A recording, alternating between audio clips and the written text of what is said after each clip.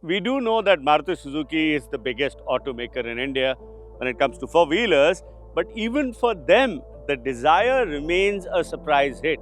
This is the fourth generation Dzire. The last three generations have been one of the most successful sedans sold in India. What does the fourth generation Dzire offer that's new? Is it worth the money?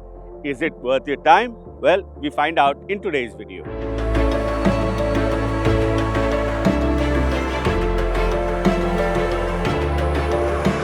Now, one of the things that you would hear about the Dzire in its previous generations, the previous three generations of Dzire, is that, well, the looks were a bit odd.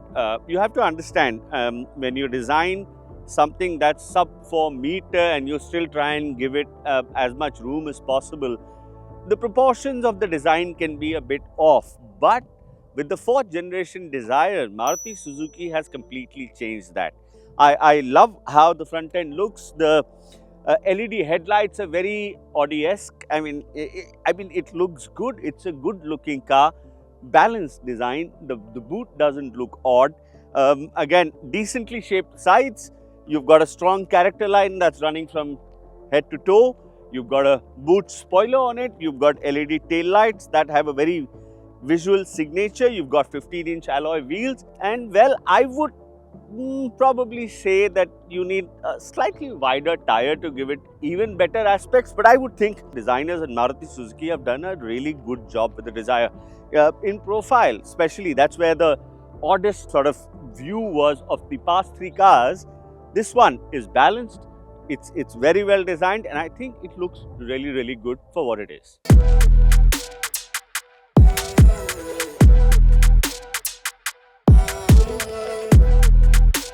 Since it's a brand new generation of the Dzire, you also get a major upgrade on the interiors. You get this big multi-media touchscreen here. You get a MID display here, two analog dials, which I quite like because they still work perfectly, and I don't think a full digital display is required. You get a wood finish, you get more texture, a silver finish, automatic climate control, 6 airbags, wireless charging, Apple CarPlay, Android Auto, the works. So you get everything that you would want. Of course, a lot of the parts are borrowed in the Maruti Suzuki sort of part portfolio. So you would be very familiar with the steering wheel, flat bottom here, along with the engine start-stop switch, along with the cruise control. So all of that is there, but it feels like an upgrade to the old Dzire. And again, like the outside, the inside is also a pretty good design. It's also slightly driver focused, so that's another thing I really like. You get the only single engine option that you get is the 1.2 in petrol and CNG trims, and in petrol you get at least the manual and automatic options. How is it to drive? What do we think about the rest of it? Let's find out.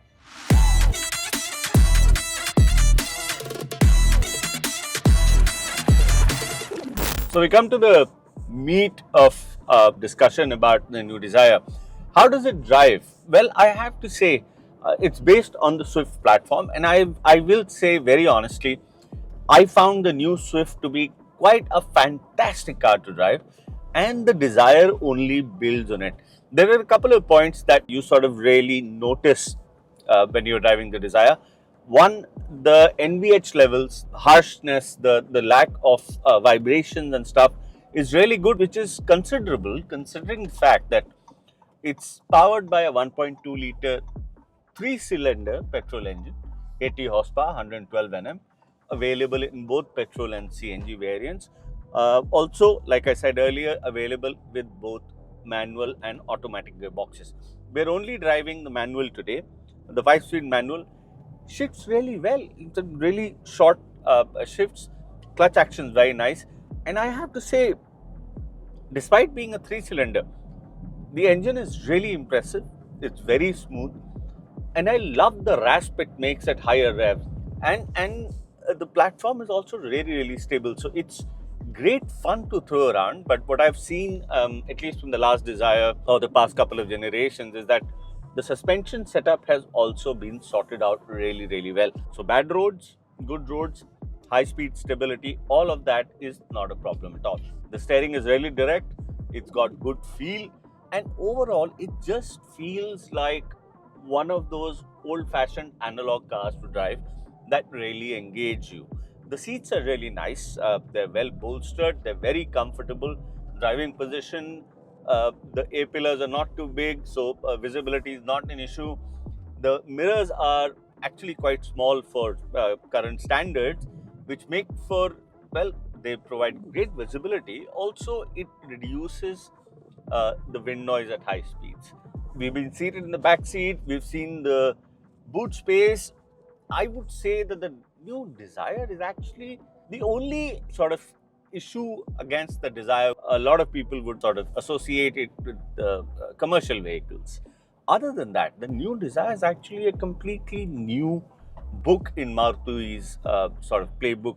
It's a completely new chapter in Maruti's playbook.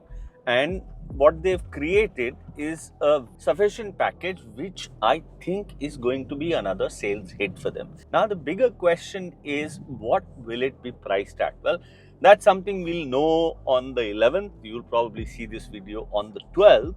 So we'll have the price till then. But I would say, no matter the pricing, even if they price it at what the old Dzire were priced at, the new Dzire is a completely new chapter. It's a great car. It's very balanced. It's fun to drive. Very, very comfortable, and something that any customer would be very happy with. Do I think of the Dzire as one of the better cars launched this year? Absolutely. And if you're looking for a sub 4 meter sedan, if you're in the market for that, I would think the Dzire should be on the absolute top of your consideration set.